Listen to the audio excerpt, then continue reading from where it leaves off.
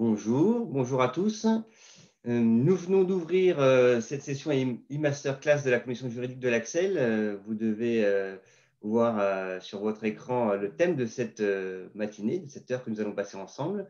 Éric Barbry est à mes côtés, que vous devez voir également, qui est avocat associé au cabinet Racine, est également coprésident plus exactement, de la commission juridique de l'Axel.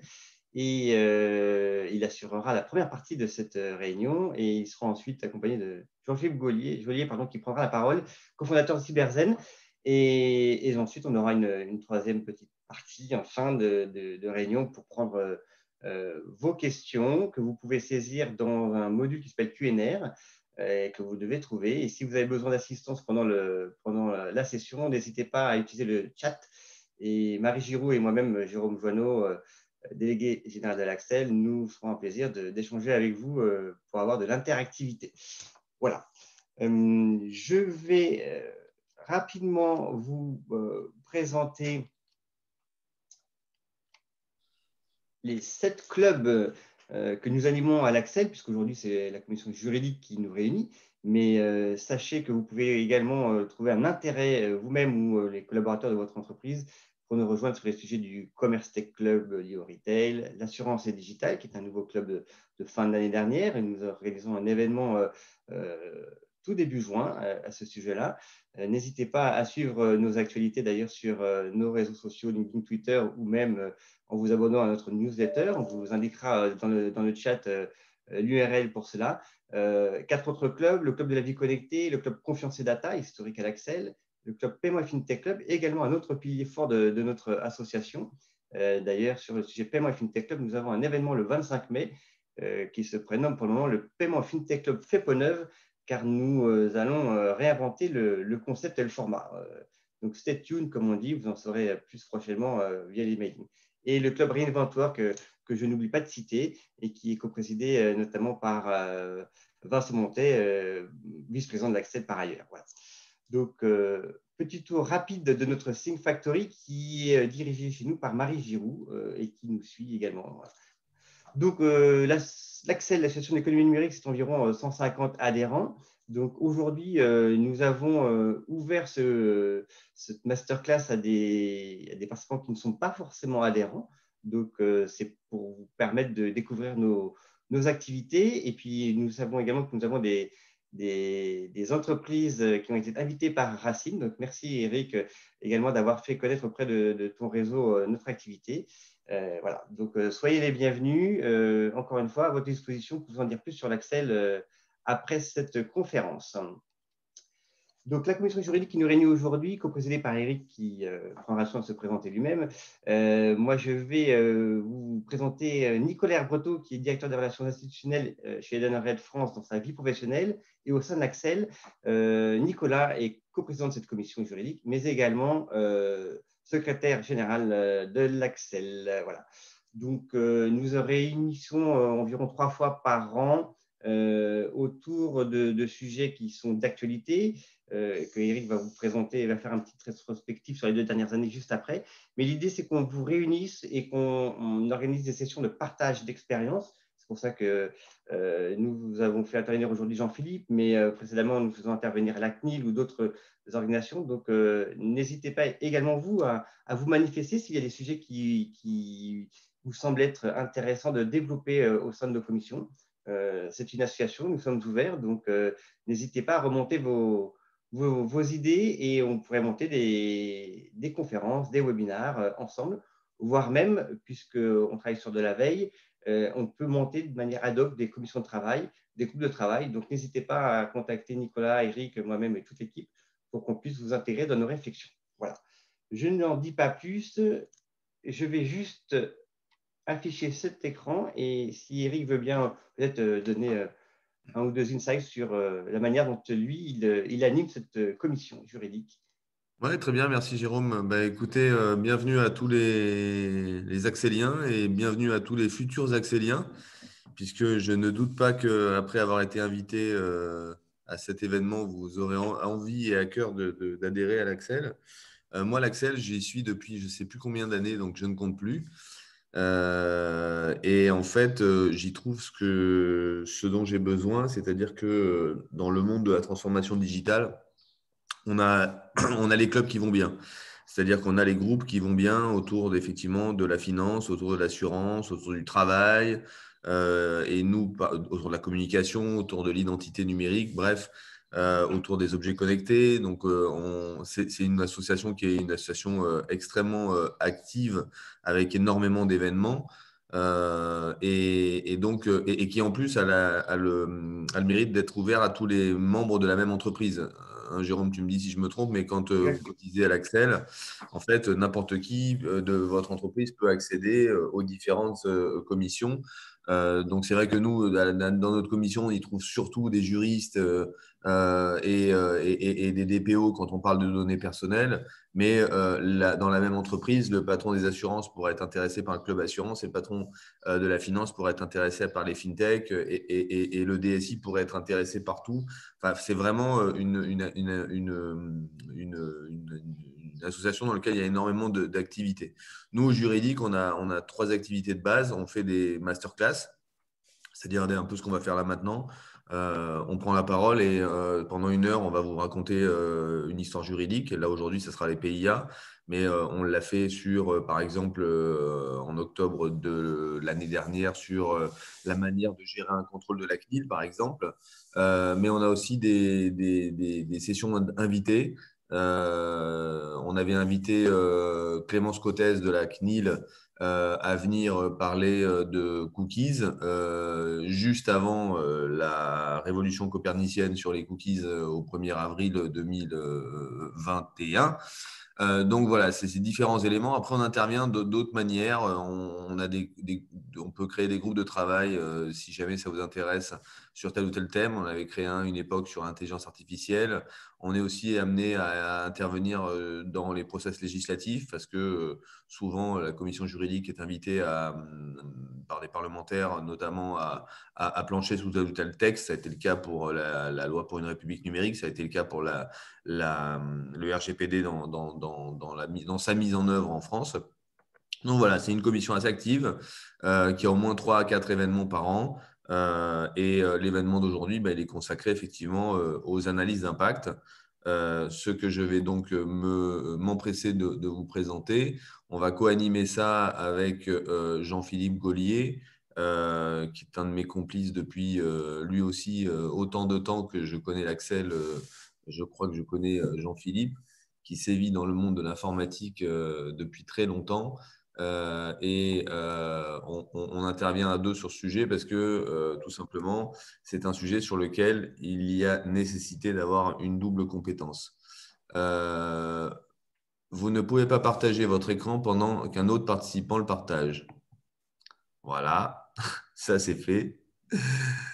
Donc je vais recommencer. Hop là. Normalement, vous devriez voir mes slides. Tu me diras, Jérôme, si c'est bon.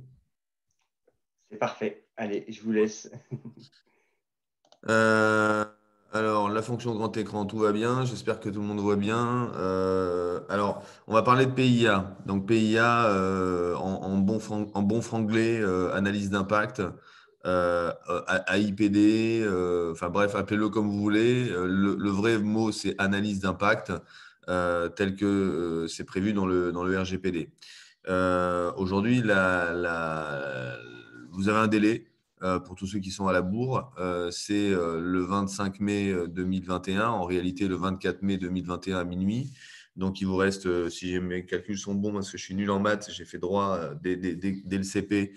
J'ai décidé d'abandonner toute forme de mathématiques. Donc, j'ai essayé de faire 25 moins aujourd'hui et ça fait 19. Donc, on devrait être à 19 jours de l'échéance. Donc, c'est encore possible pour ceux qui sont à la bourre. Par contre, effectivement, faut peut-être mettre un peu les baskets de compétition parce que ça ne va pas se faire en soufflant dessus. Donc, très rapidement, notre équipe, nous, chez Racine, on s'occupe de tout ce qui est IP, IT, data. Donc, on est tous des avocats spécialisés dans ces domaines. Et évidemment, on intervient énormément sur le RGPD et singulièrement sur les PIA en ce moment qu'on fait, j'allais dire, presque à tour de bras. Mais ce n'est pas ça qui nous intéresse. Ce qui nous intéresse, c'est le PIA. Alors, le PIA, j'ai 5 points à voir avec vous. Le premier point sur les PIA, c'est pourquoi maintenant? Pourquoi maintenant? Tout simplement parce que quand le RGPD est arrivé, la CNIL a pris une position qui était assez sympathique, j'allais dire, qui était de dire, bon, le RGPD est rentré en vigueur en 2016, comme tout le monde le sait. Il est rentré en application en 2018, comme tout le monde le sait. Ceci dit, tout le monde a appris qu'il y avait un RGPD, ou en tous les cas, tout le monde s'est mis à faire du RGPD le 25 mai ou le 24 mai 2018. Donc, le délai de grâce de 2 ans entre 2016 et 2018, franchement, il a été utile à pas grand monde, à part quelques grandes entreprises qui avaient compris qu'il fallait s'y mettre. Et donc, la CNIL a dit, bon, ils ont déjà du mal à être conformes avec le RGPD. Si je leur demande d'être conformes avec les analyses d'impact, là, c'est mort. Donc, on va donner un délai de grâce et on va dire, si vous avez un traitement qui existe avant l'entrée en vigueur du RGPD et que ce traitement a été mis en œuvre conformément aux dispositions du RGPD, de la loi de 78 de l'époque, donc qui a fait l'objet d'une déclaration à la CNIL, d'une autorisation si besoin, qui s'inscrit dans le cadre des dispositions de la loi de 78 de l'époque, pour lequel s'il y a des sous-traitants, il y a un contrat. S'il y a un contrat, il y a les clauses qui vont bien avec l'article 35 de l'époque. Enfin bref, si vous avez fait votre boulot, alors vous n'avez pas besoin de faire un PIA avant 3 ans. Et c'est pour ça que ça nous donne le 25 mai 2021, 18, 19, 20, 21, pan, on y est, ça fait 3 ans. Alors en fait, il y a 3 hypothèses. Il y a j'étais pas raccord avec la loi à l'époque, puisqu'il fallait être raccord avec la loi de 78. J'ai forcément fait un PIA depuis. Ça, c'est la première bonne nouvelle, j'en sais rien, mais c'est le premier cas, le cas où vous découvrez le droit des données personnelles au moment du RGPD. Donc, évidemment que vos traitements à l'époque ne sont pas conformes. Eh ben, le délai de grâce ne s'applique pas à vous, puisque, comme vous l'avez entendu, il fallait non seulement avoir un traitement antérieur au RGPD, mais en plus être conforme avec la loi d'avant. Bon, donc là, depuis, forcément, vous avez tous fait des PIA. Vous avez mis en place un nouveau service après l'entrée en vigueur du RGPD. Ça, c'est le deuxième cas. Et là, vous avez naturellement fait un PIA parce qu'il n'y a pas de délai de grâce pour cela. Nouveau traitement post-RGPD égale PIA obligatoire. Et puis, vous avez le traitement qui était conforme à la loi d'avant. Et vous avez nécessairement, vous êtes en train de finaliser votre PIA puisque vous aviez ce fameux délai de 3 ans pour vous mettre en conformité. Alors, il est clair que la CNIL, enfin moi, je n'ai pas vu de contrôle sur des PIA et j'ai eu de multiples contrôles à gérer avec des clients. Je n'ai jamais vu un contrôle sur lequel on m'a posé une question, la moindre question sur les PIA. Je ne dis pas que ça n'existe pas, je dis que je ne l'ai pas eu. Ceci dit, avec un délai de grâce de 3 ans, je vous mets en garde sur le fait que les prochains contrôles comporteront aussi la partie PIA et nécessairement, la CNIL vous dira, si vous n'en avez pas fait, écoutez, vous aviez 3 ans pour vous mettre en conformité, venez pas m'expliquer que vous êtes encore à la bourre. Ça ne le fait pas. Voilà, ça ne le fait pas. Ce qui fait qu'il y a eu un délai de grâce de 3 ans et je crois qu'il n'y aura pas un délai de grâce de plus de 3 minutes après le 25 mai 2021. Pardon. Alors, le PIA, c'est quoi? Le PIA, c'est la convergence entre deux blocs. Vous savez que le RGPD, enfin vous ne savez peut-être pas, hein, mais ce n'est pas si compliqué, le RGPD, c'est 4 blocs importants, le bloc informationnel, le bloc gouvernance, le bloc technologie, le bloc registre. Le bloc informationnel, vous devez informer et encore informer. Le bloc registre, vous devez tenir un registre à la place de l'autorité de contrôle puisque vous êtes exonéré de déclarations et de démarches préalables. Et donc, à la place, vous devez tenir votre propre registre. Mais vous devez mettre les mesures organisationnelles appropriées et les mesures techniques appropriées de nature à protéger et à sécuriser les données. D'accord? Donc, le PIA, il va se trouver un peu à la frontière entre ces deux blocs, le bloc gouvernance et le bloc technologie. C'est-à-dire qu'il va y avoir beaucoup de droits, mais aussi de la gouvernance et de la mise en œuvre de mesures techniques, ou en tous les cas de l'appréciation de mesures techniques. L'analyse d'impact, elle a un contenu imposé. C'est-à-dire, ce n'est pas moi qui invente ce qu'on met dans l'analyse d'impact. Quand je dis moi, ce n'est pas moi ni les autres avocats de la place. C'est un exercice imposé. C'est l'article 35 du règlement. et l'analyse comporte au moins. Alors, au moins quoi? Une description systématique des opérations de traitement envisagées et des finalités du traitement, y compris, etc., l'intérêt légitime poursuivi par le responsable de traitement. Ça veut dire quoi? Ça veut dire que le registre des traitements, il doit comporter un aspect qui est un aspect descriptif de ce qu'est le traitement que vous allez mettre en œuvre, les finalités de ce traitement, mais on le voit bien à travers la notion d'intérêt légitime, le fondement juridique sur lequel se base le traitement. La deuxième, c'est une évaluation de la nécessité de la proportionnalité des opérations de traitement au regard des finalités. Là, on est toujours au niveau des aspects juridiques, on est toujours au niveau des grands principes, on est au niveau de l'article 5 du RGPD, dont je rappelle que c'est l'article socle qui fixe les grands principes et surtout qui est sanctionné de manière la plus importante. Les 4% et les 20 millions d'euros, c'est l'article 5 essentiellement du RGPD. Donc, on est toujours au niveau du droit. Une évaluation des risques pour les libertés, des droits et des personnes. Et là, on est à la fois au niveau technique et au niveau juridique, c'est-à-dire que la question qui va se poser, c'est est-ce qu'on a bien géré les risques des personnes et est-ce qu'on sait les traiter? Et puis, on a les mesures envisagées pour faire face aux risques et notamment les garanties, les mesures et les mécanismes de sécurité appropriés et la preuve que tout ceci est mis en œuvre. Alors, qu'est-ce qu'on retient de ça? On retient une première chose, c'est qu'il y a au moins. Alors moi, j'aime pas du tout les au moins.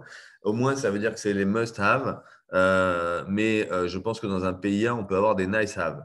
Le deuxième, c'est que le PIA n'est pas un audit de sécurité.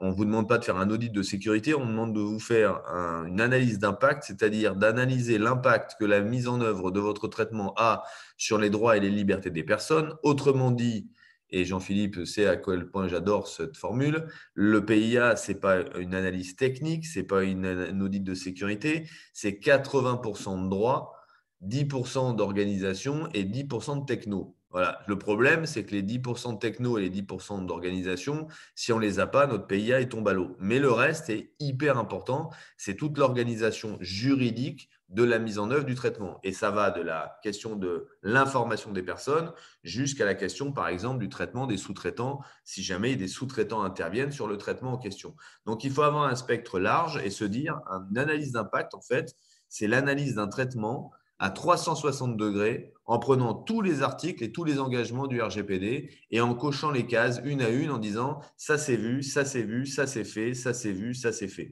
Par exemple, proportionnalité, c'est fait. Minimisation, c'est vu. Sécurité, c'est vu. Mesure organisationnelle, c'est fait. Et ainsi de suite. Et d'être capable de répondre à toutes ces questions. Ça se termine comment? Ça se termine par une conclusion.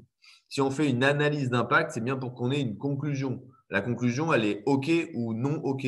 OK, ça veut dire ce que j'ai fait, c'est bien et il n'y a pas de risque pour les libertés des personnes.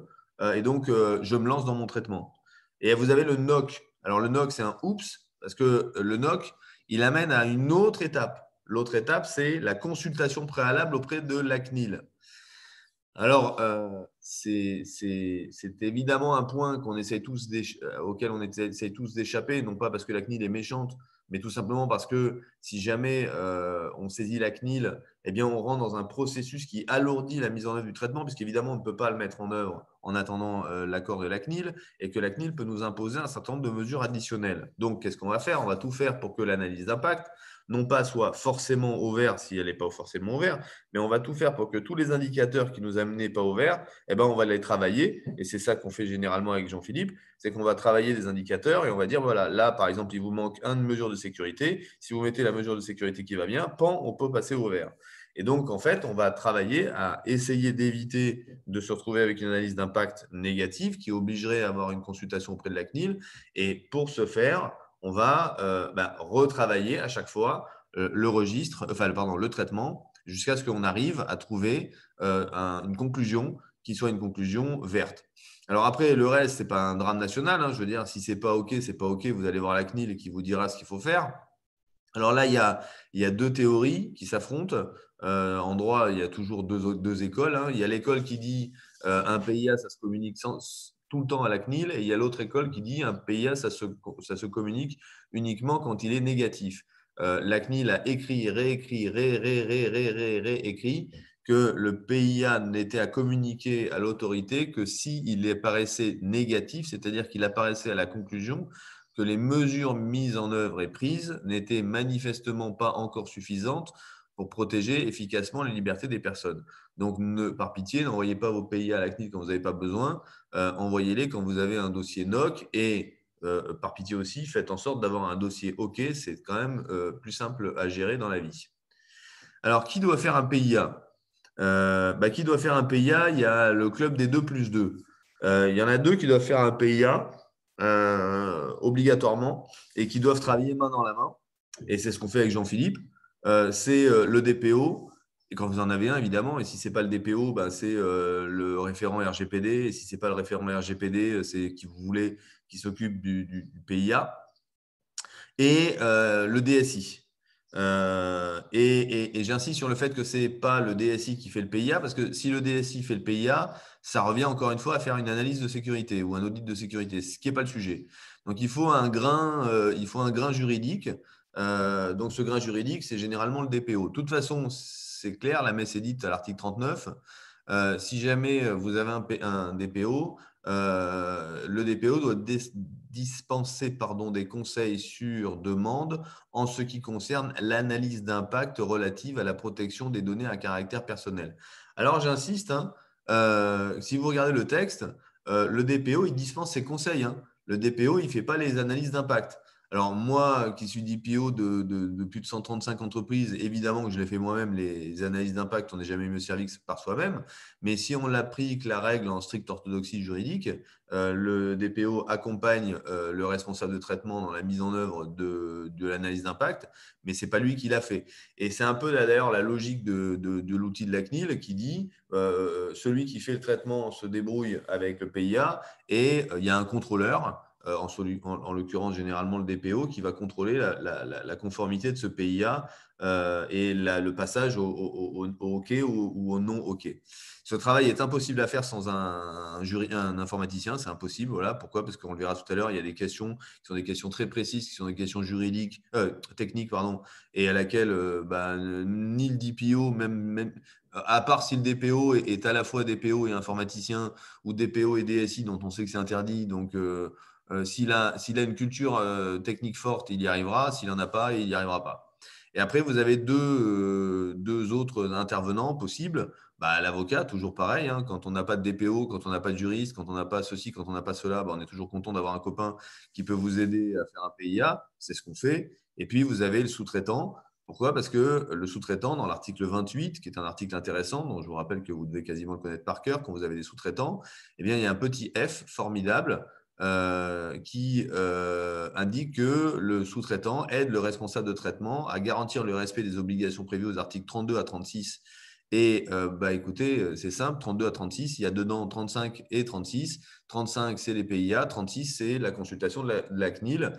Donc, ça veut dire quoi? Ça veut dire que le sous-traitant, si vous en avez un, il doit vous aider, je dis bien, il doit vous aider à faire votre PIA. Ça n'est pas à lui de le faire, mais c'est à lui de vous aider à le faire. Et ce n'est pas possible de faire autrement, notamment qu'on a des produits en SaaS. C'est impossible de faire autrement que d'avoir l'assistance du sous-traitant dans le cadre de la mise en œuvre d'un PIA. C'est la raison pour laquelle l'article 28 est important et la fameuse annexe RGPD dont on vous rabat les oreilles avec les sous-traitants est importante parce qu'elle va prévoir cette obligation qui est une obligation de base légale, mais qui va être aussi une obligation contractuelle d'aider le responsable de traitement à mettre en œuvre ce fameux PIA.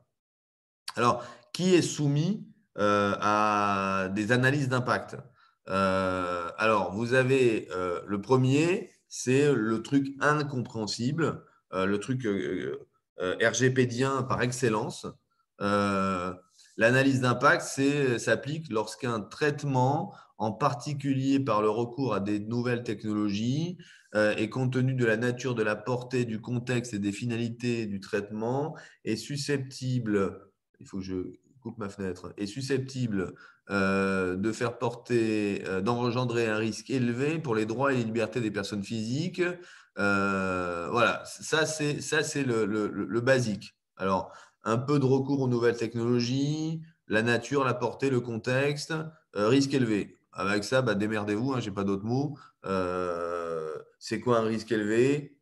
Voilà, c'est la messe édite, on n'en sait rien. Ce n'est pas écrit dans le texte. Donc, ça, c'est l'article 35. Alors après, on a la chance ou la malchance d'avoir des cas dans lesquels on nous fixe les règles. Le premier, les élus du premier rang, on va appeler ça comme ça, c'est ceux qui sont élus direct au premier tour. Il n'y a même pas d'élection pour eux, hein. C'est élu démocratiquement au premier tour, volontaire obligatoire. C'est l'évaluation systématique et approfondie d'aspects personnels concernant des personnes physiques. Donc, tout ce qui va être profilage, analyse comportementale, gestion de base de données de personnes en fonction de leur profil, tout ça, c'est directement de l'analyse d'impact. Le traitement à grande échelle de catégories particulières de données, article 9, les condamnations pénales, ça, c'est de l'analyse d'impact. Et ça impacte beaucoup de monde, hein, les catégories particulières de données. Autant vous dire que ça va viser tout ce qui va être monde de la santé. Alors, la question va se poser de c'est quoi à grande échelle, mais il y a plein d'environnements dans lesquels on a énormément de data et donc on est très facilement, notamment dans les cohortes, dans les grands labos, directement impacté par ce genre de choses. Hier, je discutais avec des organismes cultuels, puisque le RGPD touche tout le monde. Eh bien, les organismes cultuels qui vont donc des informations sur les religions eh bien, vont nécessairement se poser la question du traitement à grande échelle de données religieuses. Bref, on a cette catégorie. Puis on a la troisième catégorie, c'est la surveillance systématique à grande échelle de zones accessibles au public. Donc ça, c'est les grands transports en commun, les gares, les aéroports, les stades de foot, etc., qui vont surveiller les gens. Voilà. Ça, c'est les élus du premier rang. Vous avez les élus du deuxième rang. Alors, les élus du deuxième rang, c'est ceux qui sont élus par le CEPD. Plus exactement, au départ, le G29 devenu CEPD, mais on s'en moque. C'est l'histoire des 9 critères. En fait, l'idée, c'est de dire un risque élevé, on ne sait pas ce que c'est, donc on va vous aider à l'identifier et on va vous donner des critères. Et quand vous rencontrez 2 de ces 9 critères au moins, ça peut être donc 3, 4, 5, 6, 7, 8, 9, hein, vous pouvez faire un strike, eh bien, vous devez mettre en place une analyse d'impact. Ces 9 critères sont le scoring et l'évaluation, mais ça, on l'avait déjà vu un petit peu puisque ça fait partie des premiers élus. Simplement, dans les premiers élus, c'est à grande échelle, alors que là, on parle de l'évaluation et on ne parle pas de à grande échelle.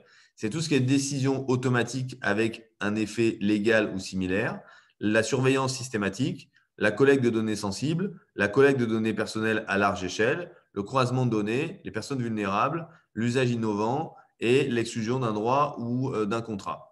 Et là, eh bien, on va faire un peu notre marché et on va prendre un traitement et on va dire, voilà, ce traitement, est-ce qu'il y a de l'évaluation ou pas? Non. Bon, on enlève. Est-ce qu'il y a une décision automatisée? Non. Est-ce qu'il y a une surveillance systématique? Non. Est-ce qu'il y a la collecte de données sensibles? Ah oui, là, tiens, je me rends compte que, si je reprends mon histoire de tout à l'heure des actes cultuels, j'ai des données sensibles, des données religieuses. Ou je suis un hôpital, j'ai des données sensibles, j'ai des données de santé. Ou je suis un EHPAD, j'ai des données de santé. Collecte de données à grande échelle. Bon, j'ai pas. Croisement de données. Ah oui, tiens, je suis en train de faire un projet de santé et je croise les données avec des patients d'un hôpital A avec les patients d'un hôpital B. Personnes vulnérables. Ah bah oui, tiens, c'est marrant parce qu'il y a marqué patient. Si je retourne dans mon domaine de la santé, les patients, c'est des personnes vulnérables. Les personnes âgées, c'est des personnes vulnérables. Les enfants, c'est des personnes vulnérables. Et je vous rappelle que la CNIL a dit les salariés sont des personnes vulnérables. Donc, ça veut dire que déjà, pour tous ceux qui sont RH, intéressez-vous au RGPD, au PIA avant que la CNIL s'intéresse à vous, parce que quand vous avez un outil qui est destiné aux salariés, d'emblée, vous avez un des critères, qui est la personne vulnérable, le salarié. Il suffit d'en avoir un autre à côté pour qu'on soit tenu par un PIA, la surveillance systématique, le scoring avec les hauts potentiels, l'usage d'une technologie innovante, la reconnaissance faciale ou que sais-je. Eh bien, dès que vous mettez en place ce genre de choses, vous tombez directement sur la mise en place d'une analyse d'impact. L'usage d'innovation, là, on ne nous explique pas bien ce que c'est. Hein. Un usage innovant, c'est l'utilisation d'une nouvelle technologie. Bon, comprenne qui pourra. Et l'exclusion du bénéfice d'un droit, on l'a déjà vu. Donc, en fait, vous allez faire votre marché et vous allez dire, ce traitement-là, donc nous, quand on fait une cartographie, quand on fait le registre des traitements et qu'on analyse un traitement, on va avoir nos cases et on va cocher. Et puis, si on voit qu'on en a deux, on va faire un PIA, c'est aussi bête que ça. Et puis, vous avez les élus du troisième rang. Alors, eux, c'est la possibilité pour les autorités de contrôle de mettre en œuvre, enfin de décider de la liste des entreprises ou des traitements qui sont soumis à un PIA. Et la CNIL a publié deux tableaux, enfin deux listes, une liste des registres qui sont soumis à PIA et une liste des registres qui ne sont pas soumis à PIA. Alors moi, évidemment, je vais m'intéresser à la liste des registres qui sont soumis à PIA. Et donc, vous avez cette liste et c'est assez bien fait, hein. Vous avez à gauche le type de traitement, au milieu les critères qui ont déterminé le choix de la CNIL et à droite les exemples de mise en œuvre de traitements en question. Et là, vous vous apercevrez que vous avez des traitements de type 1 et des traitements de type 2. Alors, qu'est-ce que j'appelle les traitements de type 1 et de type 2? Eh bien, les types 1, pour moi, c'est ceux qui affectent une activité ou un acteur. Et les types 2, c'est ceux qui affectent un traitement en particulier. Type 1, les acteurs. Les acteurs, par exemple, c'est le logement social. Et là, je vous avais l'exemple qui est tout ce qui est traitement permettant l'instruction des demandes de logement social ou d'accession à la propriété. Donc, ceux-là, c'est des acteurs, c'est les bailleurs sociaux. Mais vous avez aussi les EHPAD, dans lesquels on dit le dossier de l'entrant relève d'un PIA. Vous avez les transports publics avec l'obligation de mettre en place un PIA pour la billettique. Et puis, j'en oublie un quatrième, mais il ne reviendra pas, donc je ne vais pas y passer Noël. Il y a un quatrième acteur et il y a évidemment les acteurs de la santé qui sont des acteurs visés directement en tête de gondole dans le tableau de la CNIL. Et puis, vous avez les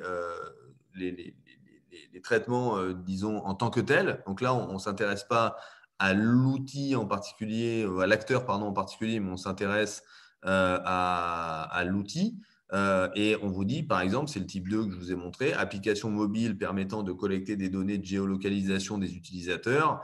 Là, la question, elle est pas est-ce que c'est un EHPAD, est-ce que c'est un logement social, est-ce qu'un hôpital, est-ce que c'est un transport public, est-ce que ceci, est-ce que cela. La question, c'est est-ce qu'on a mis en place un traitement, oui ou non, qui permet de géolocaliser des personnes. Voilà, si vous prenez le tableau en bas, ici, vous voyez mise en œuvre de système de billetterie dans les mondes de transport. Là, on revient au type 1. Si on prend les traitements mis en œuvre dans le centre communal, donc tous les CAS, les CAS, on est au type 1. Donc, il y a comme ça à trouver sa place entre ceux qui sont vraiment soumis de manière statutaire parce qu'en fonction de leur traitement, naturellement, ils y sont soumis, et ceux qui sont soumis parce que le traitement lui-même est soumis au PIA. C'est le cas des hauts potentiels. Si on fait un traitement haut potentiel, c'est le cas du traitement des personnes, des gestions, du contrôle des collaborateurs avec la mise en place de solutions de data lake prevention. Bref, il y a un tas de traitements comme ça où on est obligé de le mettre en place. Enfin, j'en aurais terminé avec les méthodologies. Alors, les méthodologies, c'est quoi? Il y a trois moyens de faire un PIA. Il y a l'usine à gaz, il y a l'outil de la CNIL et il y a le homemade.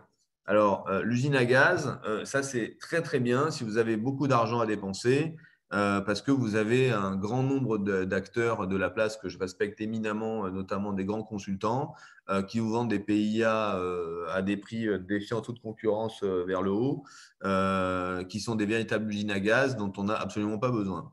Vous avez un deuxième qui est l'outil de la CNIL. Pour tous ceux qui ne l'ont pas expérimenté, je vous invite à l'expérimenter. C'est un outil assez incroyable, assez bluffant.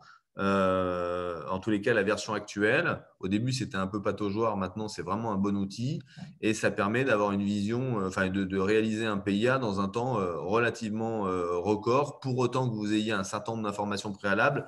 C'est pour ça qu'il faut déjà faire un test à blanc avant de se lancer dans un PIA parce que honnêtement, il y a deux endroits où on bute quand on le fait. On bute sur le cycle de vie de la data, puisqu'il faut décrire le cycle de vie de la data de la collecte jusqu'à la destruction. Et ça, généralement, quand on est devant son ordinateur et qu'on pianote, le cycle de la data, on ne le connaît pas. Et il y a la deuxième, c'est Help Jean-Philippe. C'est toute la partie mesures techniques mise en œuvre, parce que là, sauf si vous êtes informaticien, vous êtes incapable de répondre aux questions. Et vous avez le homemade. Voilà. Et le homemade, c'est vous faites vos PIA à vous. Nous, on a décidé de faire nos PIA à nous. nous, dans l'équipe. Pourquoi? Parce qu'on s'est rendu compte qu'à gauche, vous avez l'outil de la CNIL, à droite, vous avez les points de contrôle que nous mettons en œuvre dans notre propre PIA. On a trouvé, et ce n'est pas prétentieux de dire ça, on a trouvé que dans l'outil de la CNIL, et c'est un très bon outil si on veut faire un must-have, puisqu'on ne pourra pas vous engueuler d'avoir utilisé l'outil de la CNIL, on pourra vous engueuler de l'avoir mal utilisé, mais il y a plein de questions qui ne sont pas traitées. Voilà. Et donc, nous, on a estimé que si on voulait faire un PIA digne de ce nom, il fallait qu'on aille un peu au-delà des grilles d'analyse de la CNIL. Les grilles d'analyse de la CNIL, vous les avez en noir, ça va de 1 à 8, qualification des acteurs, finalité, données, durée, information des personnes, évaluation des mesures techniques, organisationnelles, etc.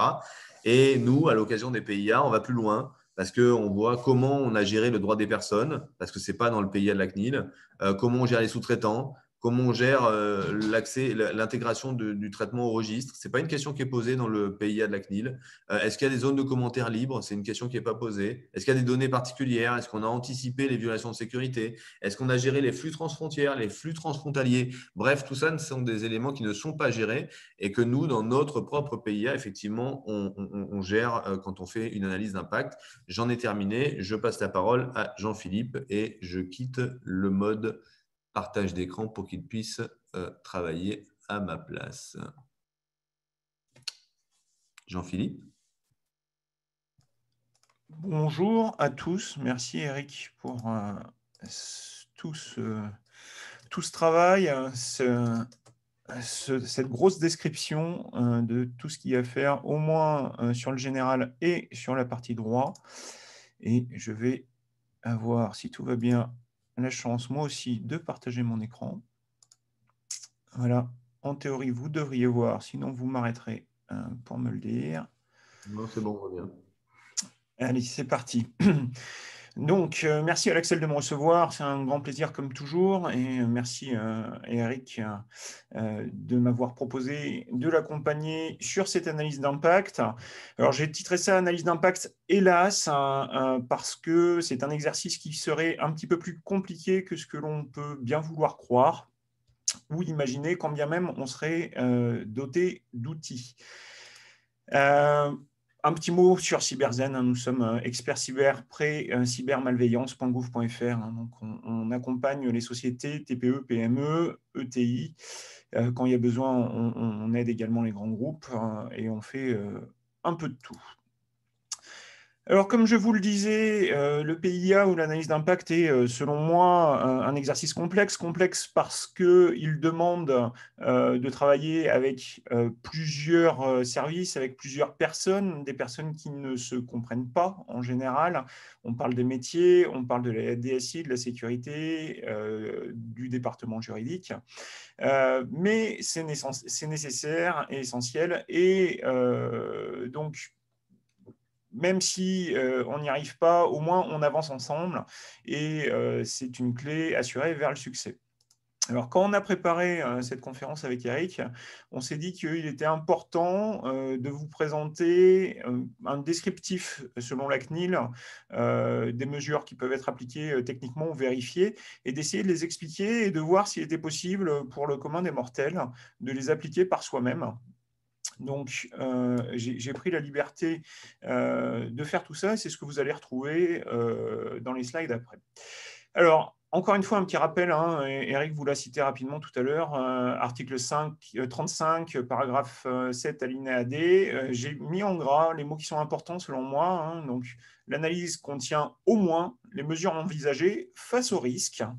Donc, quand on dit face au risque, ça veut dire en quelque part qu'il faudra peut-être faire une analyse de risque pour savoir quels sont les risques. Ça inclut en son sein des garanties, des mesures et des mécanismes de sécurité. Donc ça, on va voir la liste après qui est proposée. Ah, je ne vois plus mon partage d'écran. Je vais repartager.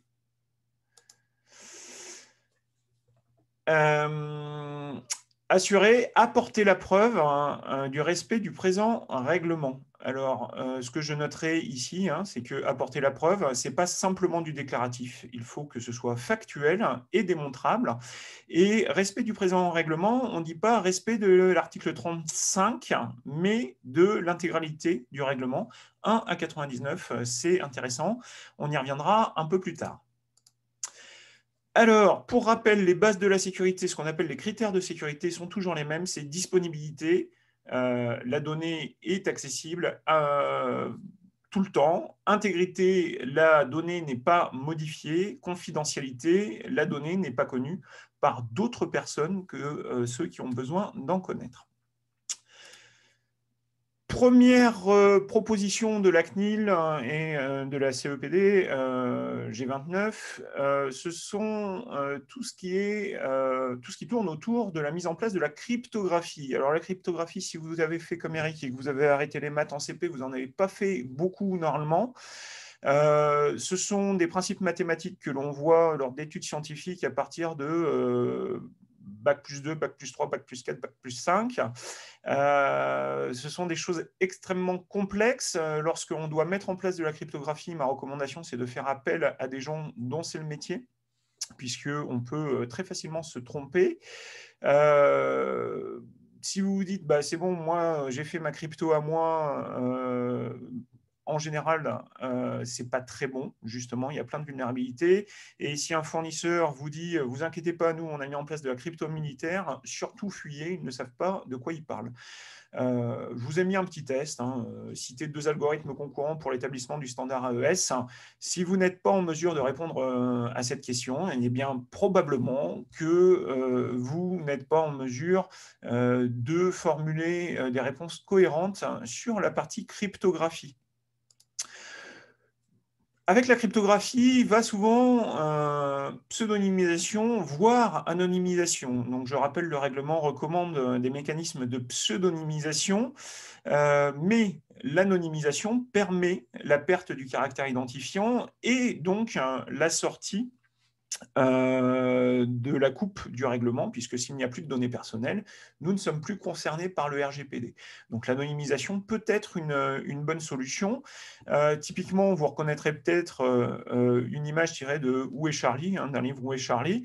Bon, pour ceux qui le chercheraient, il est là. Charlie, eh bien typiquement dans Où est Charlie, on a un cas éventuel de pseudonymisation, mais pas du tout d'anonymisation, puisqu'on sait reconnaître un individu parmi tant d'autres, et donc là, ça ne passerait pas l'épreuve de la CNIL. Donc si vous voulez savoir si vous êtes en mesure d'anonymiser correctement des données, je vous invite à citer 3 algorithmes permettant la perte d'un caractère identifiant parmi un jeu de données. Et si ce n'est pas possible pour vous, eh bien peut-être que vous avez besoin de conseils experts sur la question. On parle souvent de contrôle d'accès. Le contrôle d'accès, c'est vérifier qui se présente et est-ce que la personne qui se présente est bien qui elle dit être et si elle a le droit de se connecter ou pas. Donc, vous retrouvez l'identification, qui je suis, l'authentification, est-ce que je suis bien qui je dis être, l'autorisation, à qui j'accède, la gestion des rôles, gestion des délégations et traçabilité. Là encore, ce sont des choses assez complexes. Lorsque des organisations mettent en place un projet d'IAM, Identity and Access Management, ça met 3 ans pour échouer, mais ça échoue en général. Donc, ce sont des sujets compliqués et pourtant nécessaires et essentiels pour s'assurer qu'on a bien accès à peu près tout. Les logs, les journaux, sujet cher au cœur d'Eric, ce sont les traces. Qui accède à quoi et comment je m'assure que je peux remonter en cas d'incident sur qui a accédé à mes informations. Eh bien, vous voyez, ce sont des choses compliquées. Là, je vous ai tiré des logs de mon propre site web, donc des journaux réels qu'il faut comprendre, qu'il faut avoir mis en place et qu'il faut suivre.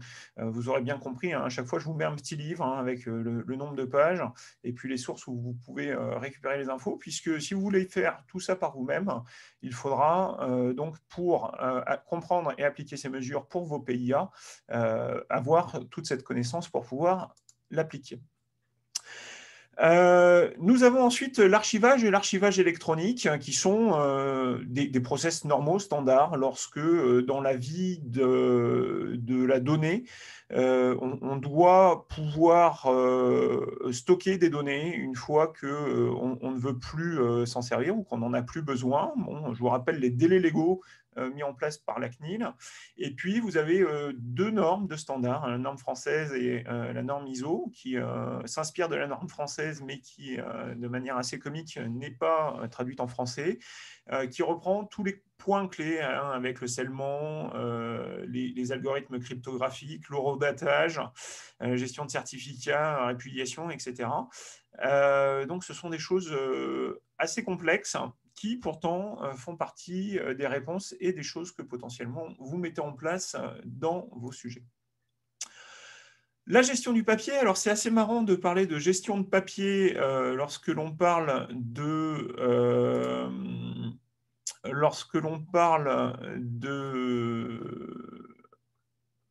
excusez-moi, je regarde le chat, voir si on me dit quelque chose, mais tout va bien. Lorsque l'on parle de numérique, mais néanmoins, il y a encore beaucoup d'impressions. Il y a beaucoup de données stockées. J'étais encore hier avec un de nos clients qui doit imprimer des dossiers. Dedans, il y a l'impression. Donc, est-ce que vous sécurisez l'impression? Le stockage, l'accès, on vient d'en parler. La destruction maison ou garantie par des délégations. Les images que je vous ai prises, ce sont 3 types de destruction lorsque vous avez des déchiqueteurs ou des shredders. En anglais. Le premier, c'est celui qu'on voit souvent dans les films d'espionnage, où on a bien déchiqueté les papiers, mais avec une coupe droite. Le deuxième, c'est une coupe croisée, et le troisième, c'est une coupe confetti. Eh bien, en fait, sachez qu'il n'y a que les options 2 et 3 qui sont conformes auprès de la CNIL pour l'application du GDPR. Donc, posez-vous des questions là-dessus. Ensuite, on nous parle de sécurisation de l'exploitation. Donc, il faut documenter les procédures d'exploitation, mettre en place un inventaire, une mise à jour des logiciels et matériels. Il faut corriger, bien sûr, les vulnérabilités, comme si c'était aussi simple. Dupliquer les données pour que, par exemple, en cas de rançongiciel ou de virus, on ne perde pas tout. Et limiter l'accès physique au matériel, de manière à ne pas se faire pirater par l'homme ou la femme de ménage. En parlant de virus, eh bien, on nous demande de lutter activement contre les logiciels malveillants. Donc, pour cela, vous avez de nombreuses solutions chères et pas forcément toujours efficaces. Alors, pourquoi je dis ça? Parce que si tous les antivirus EDR, IDS, IPS, SOC, Threat Intel étaient efficaces, eh bien, en fait, nous n'aurions pas autant de cas de rançongiciel. Donc, posez-vous la question de combien vous payez toutes ces solutions et de leur efficacité, puisque 100% des clients que j'accompagne qui ont été victimes de rançongiciel étaient équipés de toute partie de ces logiciels-là. Ça fait partie des solutions obligatoires, mais sachez que ce n'est pas suffisant et qu'une hygiène stricte est nécessaire pour lutter contre ça. Alors, on parle de rançongiciel, on parle également de postes de travail, de systèmes d'exploitation, d'applications métiers, de logiciels. Tout cela porte des données à caractère personnel. Qui n'a pas extrait un fichier de son logiciel SaaS ou de son logiciel métier pour pouvoir traiter dans un fichier Excel sur son PC, parce que c'était quand même vachement plus simple. Eh bien, sachez que cela doit rentrer dans votre PIA et que vous devez appliquer le RGPD là-dessus. Alors, sur vos postes de travail, il faudra bien sûr appliquer tout ce qui est mise à jour, protection physique, accès, un espace de réseau sauvegardé, contrôle d'intégrité, journalisation, la même chose que précédemment. Donc, il faudra bien sûr protéger également vos applications, vos sites web. Je vous ai mis ici le top 10 de l'OWASP qui recense les 10 vulnérabilités les plus fréquentes et également le SDLC, Software Development Lifecycle, le cycle de vie de développement d'une application qu'il faudra appliquer entièrement et le démontrer pour s'assurer qu'on n'a pas à revenir auprès de la CNIL parce qu'on a un PIA défectueux. Ensuite, on parlera bien sûr de l'objet salvateur, à savoir la sauvegarde des données, qui peut être incrémentale, partielle, à chaud, à froid, dupliquée, délocalisée, chiffrée, testée et restaurée. Bien sûr, tout cela se fait toujours et obligatoirement dans chacun de vos systèmes d'information. Petit quiz, comment tracer la suppression des données d'un utilisateur qui en a fait la demande lorsque ces données sont sauvegardées? Vous avez 2 heures, je vous laisserai répondre à cette question par vous-même ou pendant les questions. Ensuite, mon article préféré du RGPD avec l'article 32, l'article 28 qui met en responsabilité les sous-traitants, qui rappelle que le sous-traitant prend toutes les mesures requises en vertu de l'article 32, et on reviendra à cet article 32, et qui dit qu'il aide le responsable de traitement à garantir le respect des obligations prévues aux articles 32 à 36, comme le disait tout à l'heure Eric, mais entre autres 32. Compte tenu de la nature du traitement des informations à disposition du sous-traitant. Je vous ai mis un petit tableau de ma propre analyse du niveau de maturité allant de 0 à 5 de sous-traitants, d'une centaine de sous-traitants avec lesquels j'ai travaillé en matière de sécurité informatique. Vous voyez que ce n'est pas fameux. Je vous laisse imaginer dans le cas de sous-traitants qui ne font pas de l'informatique, comme c'était le cas pour cela. Donc, ce n'est pas la matière première. Par exemple, des consultants en stratégie, essayez de savoir où ils sont quand ils traitent vos dossiers contenant des données personnelles.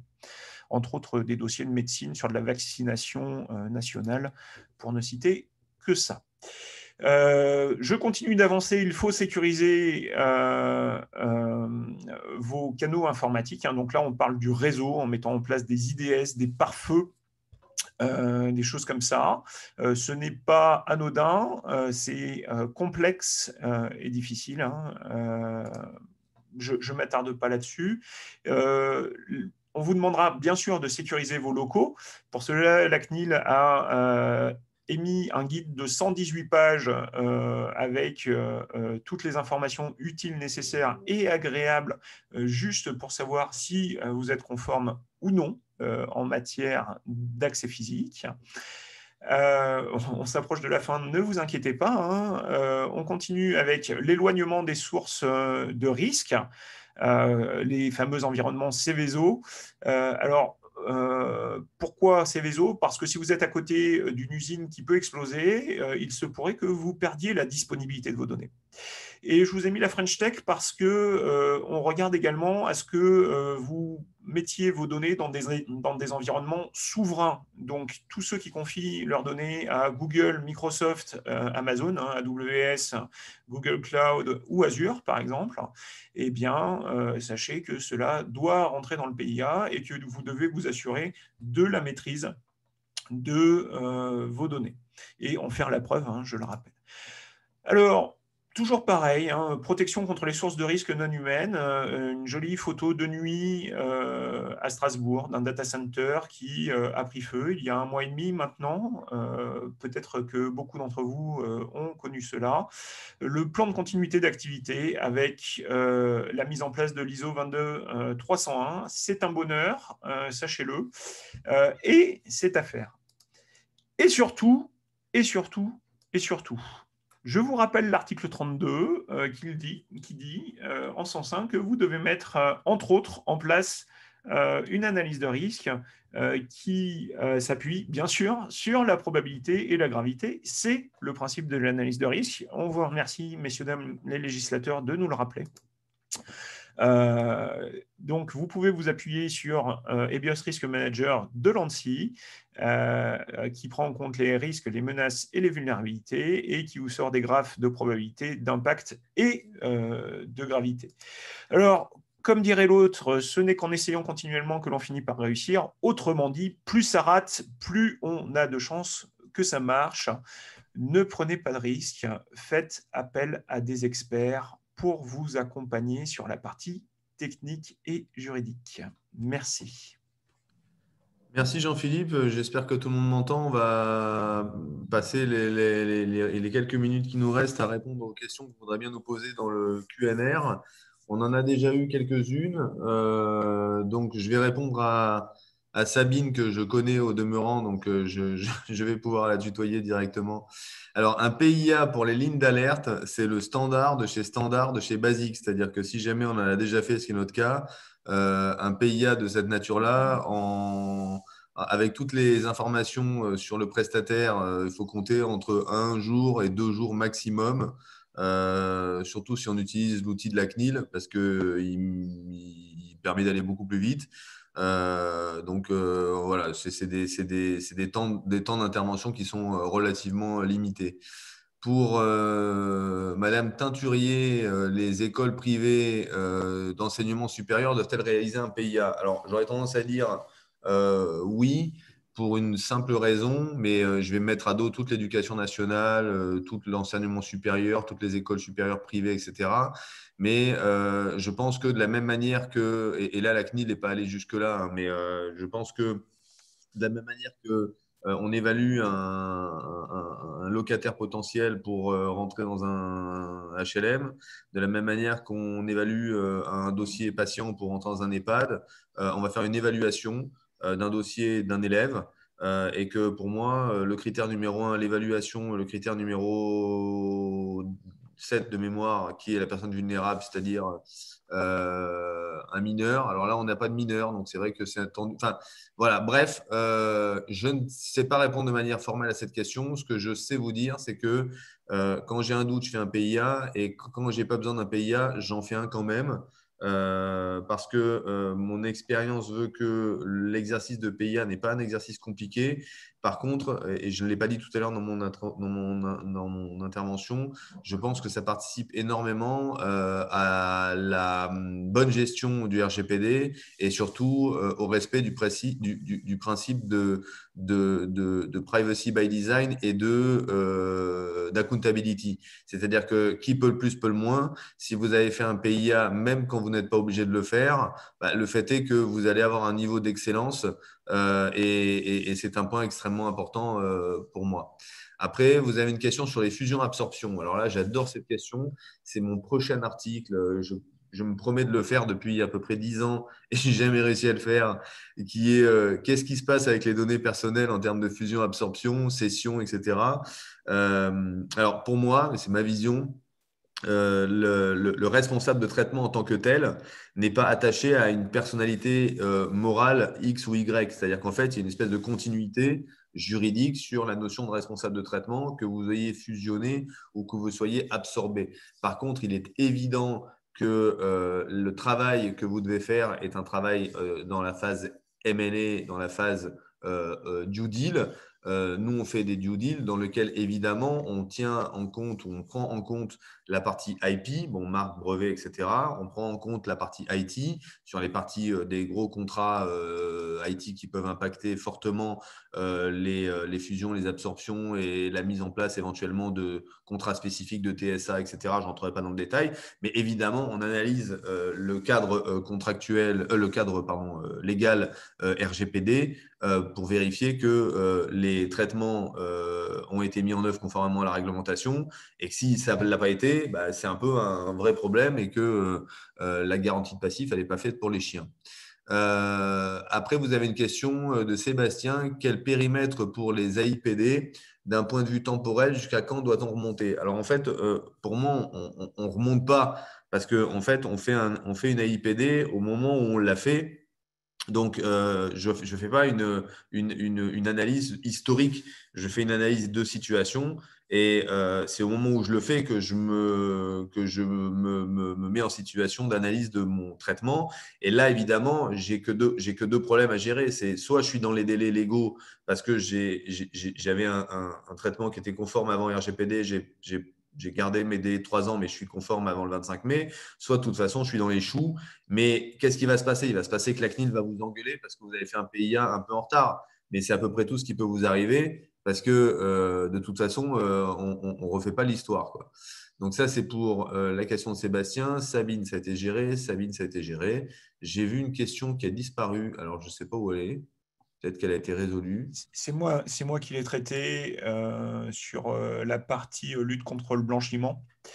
En fait, il y avait une question sur est-ce que on doit effectuer une analyse d'impact pour les scénarios de surveillance des opérations clients dans le cadre de la lutte contre le blanchiment.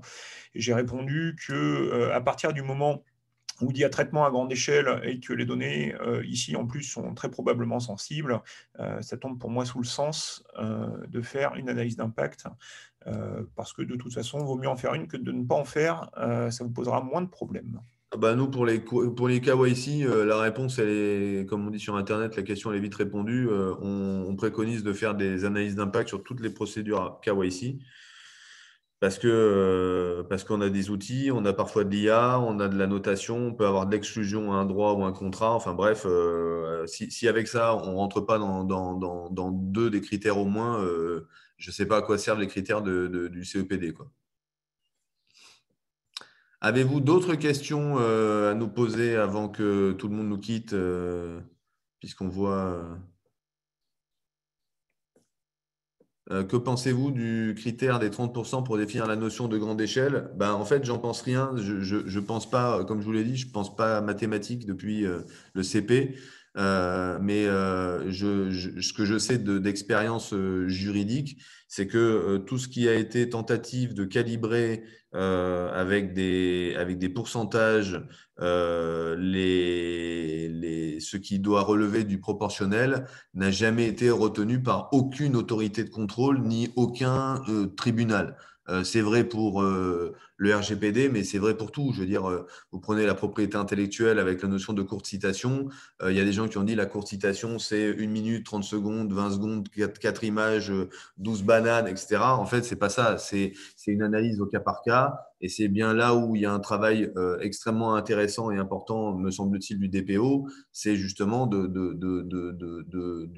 qualifier au regard de l'entreprise en question la notion de spectre à grande échelle.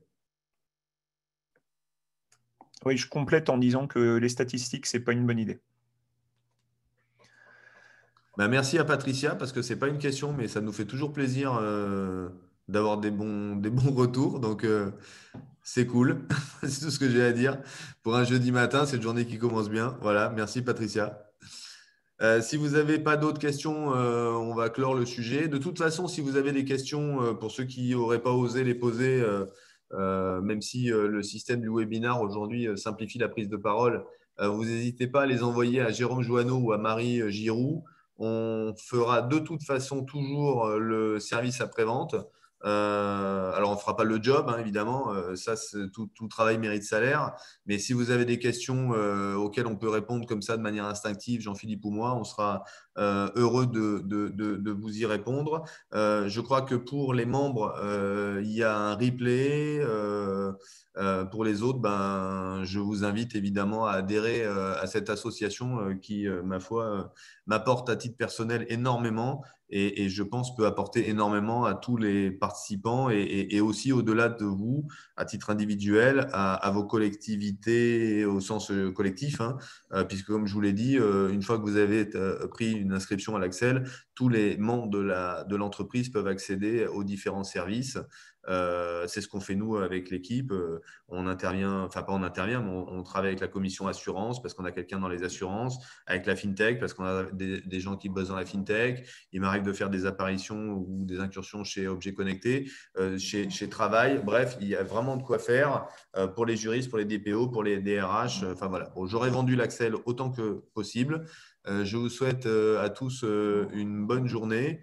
Merci Jean-Philippe pour cette participation toujours claire sur des sujets aussi tordus que la sécurité informatique. Merci pour l'invitation. Merci à Jérôme et merci à Marie pour leur excellente préparation. Comme d'habitude, tout marche bien sans bug. Bonne journée à tous et à bientôt. Merci, au revoir.